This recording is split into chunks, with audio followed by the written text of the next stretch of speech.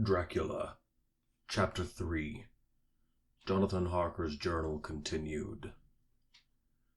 When I found that I was a prisoner, a sort of wild feeling came over me. I rushed up and down the stairs, trying every door and peering out of every window I could find, but after a little the conviction of my helplessness overpowered all other feelings. When I look back after a few hours, I think I must have been mad for the time, for I behaved much as a rat does in a trap. When, however, the conviction had come to me that I was helpless, I sat down quietly as I have ever done anything in my life, and began to think over what was best to be done. I am thinking still, and as yet have come to no definite conclusion. Of one thing only I am certain, that it is no use making any ideas known to the Count. He knows well that I am imprisoned, and as he has done it himself, and has doubtless his own motives for it, he would only deceive me if I trusted him fully with the facts. So far as I can see, my only plan will be to keep my knowledge and my fears to myself, and my eyes open. I am, I know, either being deceived, like a baby, by my own fears, or else I am in desperate straits. And the latter be so, I need and shall need all my brains to get through. I had hardly come to this conclusion when I heard the great door below shut, and knew that the Count had returned. He did not come at once into the library, so I went cautiously to my own room and found him making the bed. This was odd, but only confirmed what I had all along thought, that there are no servants in the house. When later I saw him through the chink of the hinges of the door laying the table in the dining room, I was assured of it. For if he does himself all these menial offices, surely it is proof that there is no one else in the castle. It must have been the Count himself who was the driver of the coach that brought me here. This is a terrible thought, for if so, what does it mean that he could control the wolves, as he did, by only holding up his hand for silence? How was it that all the people at Bistritz and on the coach had some terrible fear for me? What meant the giving of the crucifix, of the garlic, of the wild rose, of the mountain ash? Bless that good woman who hung the crucifix around my neck, for it is a comfort and a strength to me whenever I touch it. It is odd that a thing which I have been taught to regard with disfavor and as idolatrous should in a time of loneliness and trouble be of help. Is it that there is something in the essence of the thing itself, or that it is a medium, a tangible help in conveying memories of sympathy and comfort? Some time, if it may be, I must examine this matter and try to make up my mind about it. In the meantime, I must find out all I can about Count Dracula, as it may help me to understand. Tonight he may talk of himself, if I turn the conversation that way. I must be very careful, however, not to awake his suspicion. Midnight. I have had a long talk with the Count. I asked him a few questions on Transylvanian history, and he warmed up to the subject wonderfully. In his speaking of things and people, and especially of battles, he spoke as if he had been present of them all. This he afterward explained by saying that to a boyar the pride of his house and his name is his own pride, that their glory is his glory, that their fate is his fate. Whenever he spoke of his house, he always said we, and spoke almost in the plural, like a king speaking. I wish I could put down all he said exactly as he said it, for to me it was most fascinating. It seems to have in it a whole history of the country. He grew excited as he spoke, and walked about the room, pulling his great white moustache and grasping anything on which he laid his hands as though he would crush it by main strength. One thing he said which I shall put down as nearly as I can, for it tells, in its way, the story of his race. We Tsekilis have a right to be proud, for in our veins flows the blood of many brave races who fought as the lion fights for lordship. Here, in the whirlpool of European races, the Ugric tribe bore down from Iceland the fighting spirit which Thor and Woden gave them, which their berserkers displayed to such fell intent on the seaboards of Europe, aye, and of Asia and Africa too, till the peoples thought that the werewolves themselves had come. Here too, when they came, they found the Huns, whose warlike fury had swept the earth like a living flame, till the dying peoples held that in their veins ran the blood of those old witches, who, expelled from Syria, had mated with the devils in the desert. Fools, fools! What devil or what witch was ever so great as Attila, whose blood is in these veins?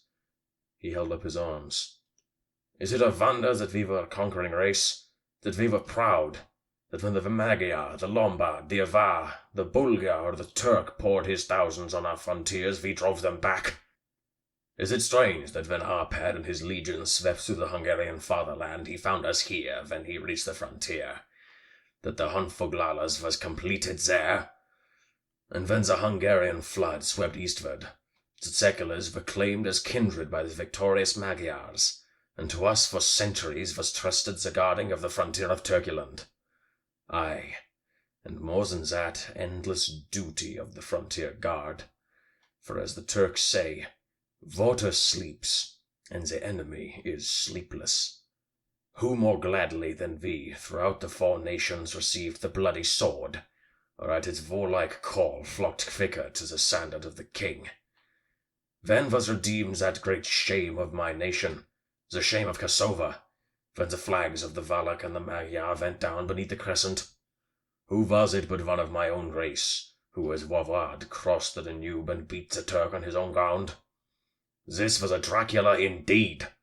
Woe was it that his own unworthy brother, when he had fallen, sold his people to the Turk and brought the shame of slavery on them. Was it not this Dracula indeed who inspired that other of his race, who in a later age again and again brought his forces over the great river into Turkeyland, who when he was beaten back came again and again, though he had to come alone from the bloody field where his troops were being slaughtered, since he knew that he alone could ultimately triumph? They said that he thought only of himself. Bah! What good are peasants without a leader? Where ends the war without a brain and heart to conduct it? Again, when after the battle of Mohacs we threw off the Hungarian yoke, we of the Dracula blood were amongst their leaders, for our spirit would not brook that we were not free. Young sir, the Secules and the Dracula as their heart's blood, their brains, and their swords, can boast of records that mushroom growths like the Habsburgs and the Romanovs can never reach. The warlike days are over.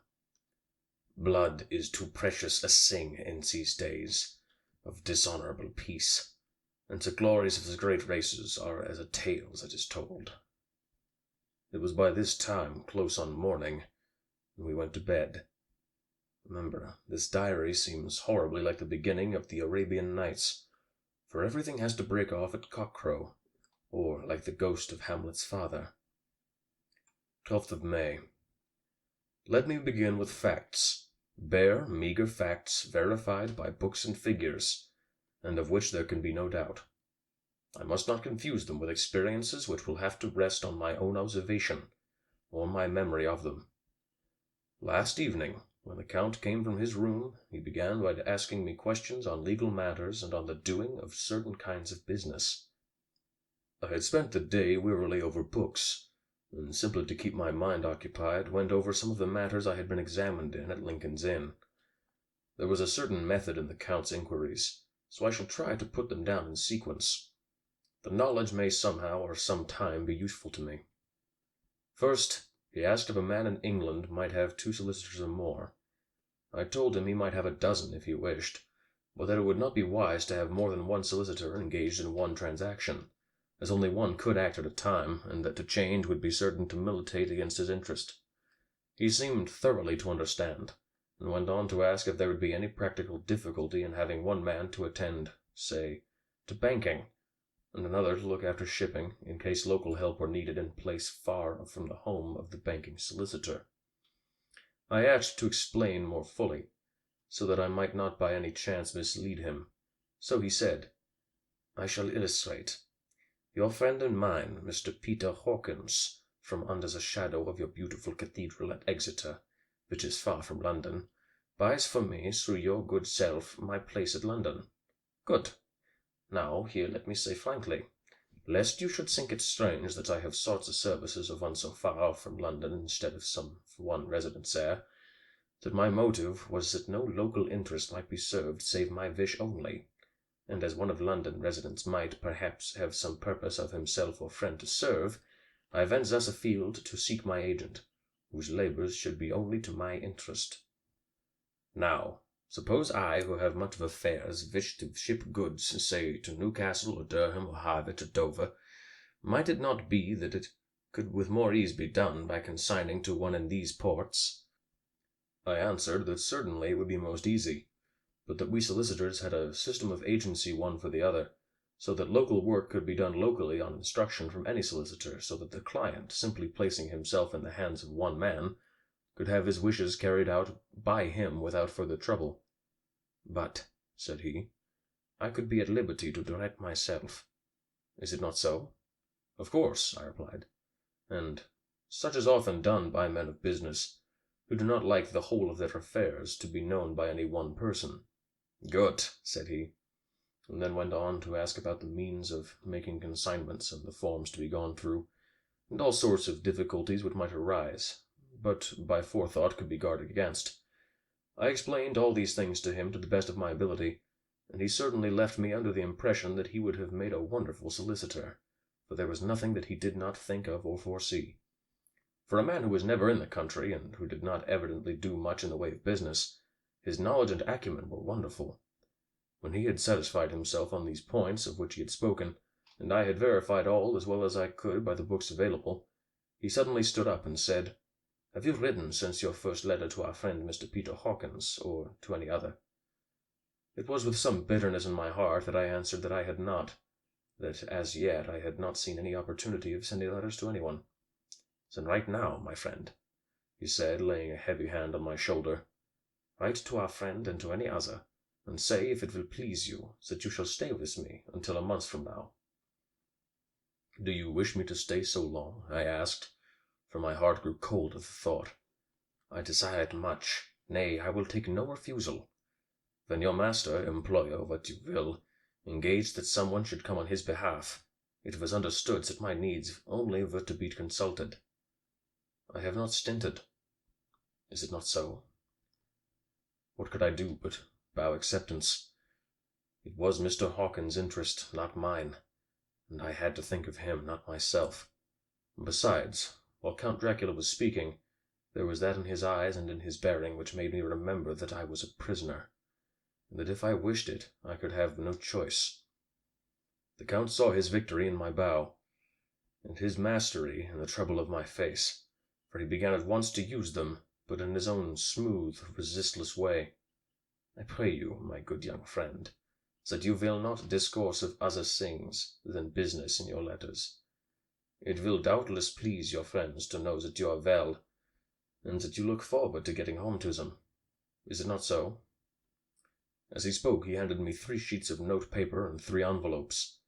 They were all of the thinnest foreign post, and looking at them, then at him, and noticing his quiet smile with the sharp canine teeth lying over the red underlip, I understood as well as if he had spoken that I should be more careful what I wrote, for he would be able to read it. So I determined to write only formal notes now, but to write fully to Mr. Hawkins in secret, and also to Mina, for to her I could write shorthand, which would puzzle the Count, if he did see it. When I had written my 2 letters, I sat quiet, reading a book whilst the Count wrote several notes, referring as he wrote them to some books on his table. Then he took up my 2 and placed them with his own, and put by his writing materials, after which, the instant the door had closed behind him, I leaned over and looked at the letters, which were face down on the table. I felt no compunction in doing so, for under the circumstances I felt that I should protect myself in every way I could. One of the letters was directed to Samuel F. Billington, No. 7, The Crescent, Whitby. Another to Herr Leutner, Varna. The third was to Coates & Co., London, and the fourth to Herren Klopstock and Bilroyth, bankers, in Budapest. The second and fourth were unsealed. I was just about to look at them when I saw the door-handle move. I sank back in my seat, having just had time to resume my book before the Count, holding still another letter in his hand, entered the room. He took up the letters on the table and stamped them carefully, and then turning to me, said, I trust you will forgive me, but I have much work to do in private this evening. You will, I hope, find all things as you wish." At the door he turned, and after a moment's pause said, "Let me advise you, my dear young friend. Nay, let me warn you with all seriousness, that should you leave these rooms, you will not by any chance go to sleep in any other part of the castle. It is old and has many memories, and there are bad dreams for those who sleep unwisely. Be warned. Should sleep now or ever overcome you, or be like to do, then haste to your own chamber or to these rooms, for your rest will then be safe. But if you be not careful in this respect, then—" He finished his speech in a gruesome way, for he motioned with his hands as if he were washing them. I quite understood. My only doubt was as to whether any dream could be more terrible than the unnatural, horrible net of gloom and mystery which seemed closing around me. Later. I endorse the last words written, but this time there is no doubt in question. I shall not fear to sleep in any place where he is not. I have placed the crucifix over the head of my bed. I imagine that my rest is thus freer from dreams, and there it shall remain. When he left me, I went to my room. After a little while, not hearing any sound, I came out and went up the stone stair to where I could look out towards the south. There was some sense of freedom in the vast expanse, inaccessible though it was to me, as compared with the narrow darkness of the courtyard. Looking out on this, I felt that I was indeed in prison, and I seemed to want a breath of fresh air, though it were of the night. I'm beginning to feel this nocturnal existence tell on me. It is destroying my nerve. I start at my own shadow, and am full of all sorts of horrible imaginings. God knows that there is ground for my terrible fear in this accursed place. I looked out over the beautiful expanse, bathed in soft yellow moonlight, till it was almost as light as day. In the soft light the distant hills became melted, and the shadows in the valleys and gorges of velvety blackness. The mere beauty seemed to cheer me. There was peace and comfort in every breath I drew. As I leaned from the window, my eye was caught by something moving a story below me, and somewhat to my left, where I imagined, from the order of the rooms, that the windows of the Count's own room would look out. The window at which I stood was tall and deep, stone-mullioned, and though weather-worn, was still complete. But it was evidently many a day since the case had been there. I drew back behind the stonework, and looked carefully out. What I saw was the Count's head coming out from the window. I did not see the face, but I knew the man by the neck and the movement of his back and arms. In any case, I could not mistake the hands which I had had so many opportunities of studying. I was at first interested and somewhat amused, for it is wonderful how small a matter will interest and amuse a man when he is a prisoner.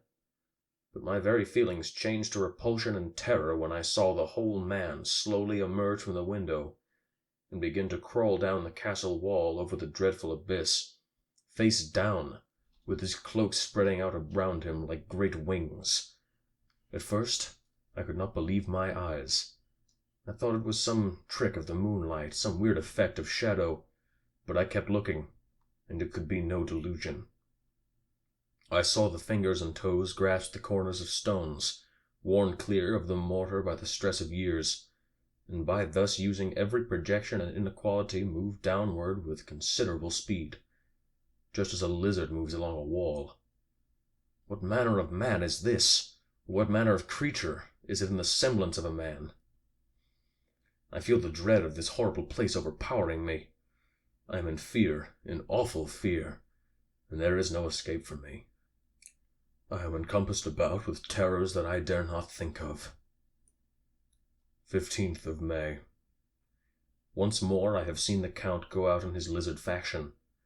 He moved downwards in a sidelong way, some 100 feet down and a good deal to the left. He vanished into some hole or window. When his head had disappeared, I leaned out to try and see more, but without avail. The distance was too great to allow a proper angle of sight. I knew he had left the castle now, and thought to use the opportunity to explore more than I had dared to do as yet. I went back to the rooms, and taking a lamp, tried all the doors. They were all locked, as I had expected, and the locks were comparatively new, but I went down the stone stairs to the hall where I had entered originally. I found I could pull back the bolts easily enough and unhook the great chains, but the door was locked, and the key was gone. That key must be in the Count's room. I must watch should his door be unlocked, so that I may get an escape. I went on to make a thorough examination of the various stairs and passages, and to try the doors that opened from them. One or two small rooms near the hall were open, but there was nothing to see in them except old furniture, dusty with age and moth-eaten. At last, however, I found one door at the top of the stairway, which, though it seemed locked, gave a little under pressure. I tried it harder, and found that it was not really locked, but that the resistance came from the fact that the hinges had fallen somewhat, and the heavy door rested on the floor. Here was an opportunity which I might not have again, so I exerted myself, and with many efforts forced it back so that I could enter. I was now in a wing of the castle further to the right than the rooms I knew, and a story lower down. From the windows I could see that the suite of rooms lay along to the south of the castle, the windows of the end room looking out both west and south. On the latter side, as well as to the former, there was a great precipice. The castle was built on the corner of a great rock, so that on 3 sides it was quite impregnable, and great windows were placed here where sling or bow or culverin could not reach, and consequently light and comfort, impossible to a position which had to be guarded or secured.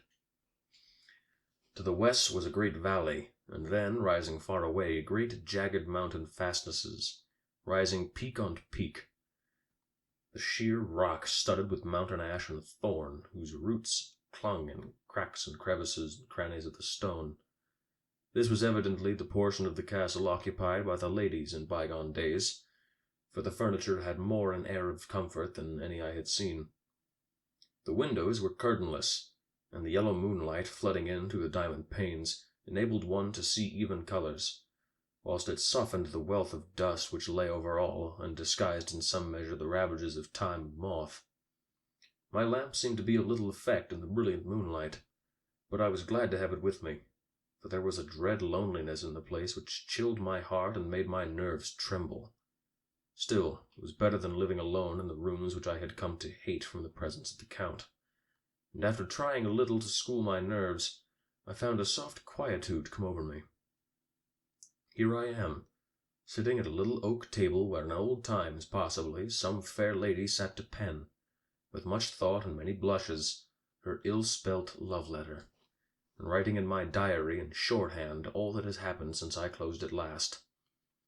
It is the 19th century up to date with a vengeance, and yet, unless my senses deceive me, the old centuries had and have powers of their own nature which mere modernity cannot kill. Later, the morning of May 16th. God preserve my sanity, for to this I am reduced. Safety and the assurance of safety are things of the past. Whilst I live on here, there is but one thing to hope for, that I may not go mad, if indeed I be not mad already. If I be sane, then surely it is maddening to think that of all the foul things that lurk in this hate-filled place, the Count is the least dreadful to me, that to him alone I can look for safety, even though this be only whilst I can serve his purpose. Great God! Merciful God, let me be calm, for out of that way lies madness indeed. I begin to get new lights on certain things which have puzzled me. Up to now, I never quite knew what Shakespeare meant when he made Hamlet say, "My tablets, quick, my tablets! 'Tis meet that I put it down," etc. For now, feeling as though my own brain were unhinged, or as if the shock had come which must end in its undoing, I turned to my diary for repose. The habit of entering accurately must help to soothe me. The Count's mysterious warning frightened me at the time. It frightens me more not when I think of it, for in the future he has a fearful hold upon me. I shall fear to doubt what he may say. When I had written in my diary, and had fortunately replaced the book and pen in my pocket, I felt sleepy. The Count's warning came into my mind, but I took pleasure in disobeying it. The sense of sleep was upon me, and with it the obstinacy which sleep brings as outrider. The soft moonlight soothed, and the wide expanse without gave a sense of freedom which refreshed me. I determined not to return tonight to the gloom-haunted rooms, but to sleep here, where, of old, ladies had sat and sung and lived sweet lives while their gentle breasts was sad for their menfolk away in the midst of remorseless wars. I drew a great couch out of its place near the corner, so that as I lay I could look at the lovely view to east and south, and unthinking of and uncaring for the dust, composed myself for sleep. I suppose I must have fallen asleep. I hope so, but I fear for all that followed was startlingly real. So real that now sitting here in the broad, full sunlight of the morning, I cannot in the least believe that it was all sleep. I was not alone. The room was the same, unchanged in any way since I came into it. I could see along the floor, in the brilliant moonlight, my own footsteps marked where I had disturbed the long accumulation of dust. In the moonlight opposite me were 3 young women, ladies by their dress and manner. I thought at the time that I must be dreaming when I saw them. They threw no shadow on the floor. They came close to me and looked at me for some time, and then whispered together.